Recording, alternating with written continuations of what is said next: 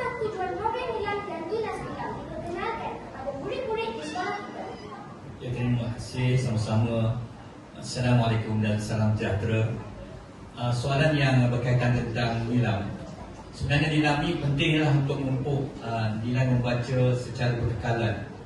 Selain itu, dia meningkatkan pengetahuan kepada murid serta memupuk tabiat membaca dalam kalangan murid, baik mata pelajaran bahasa Melayu, bahasa Inggeris dan pelbagai ilmu yang kita dapat melalui pembacaan dalam meningkatkan ilmu pengetahuan murid.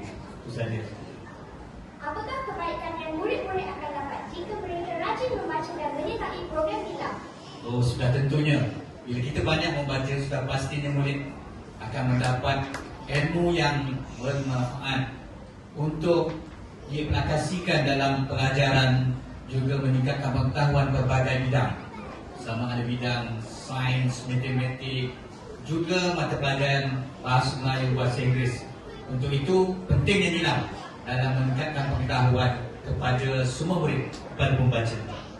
Apakah pesanan atau galakan cikgu kepada murid-murid supaya mereka lebih suka membaca buku setiap hari?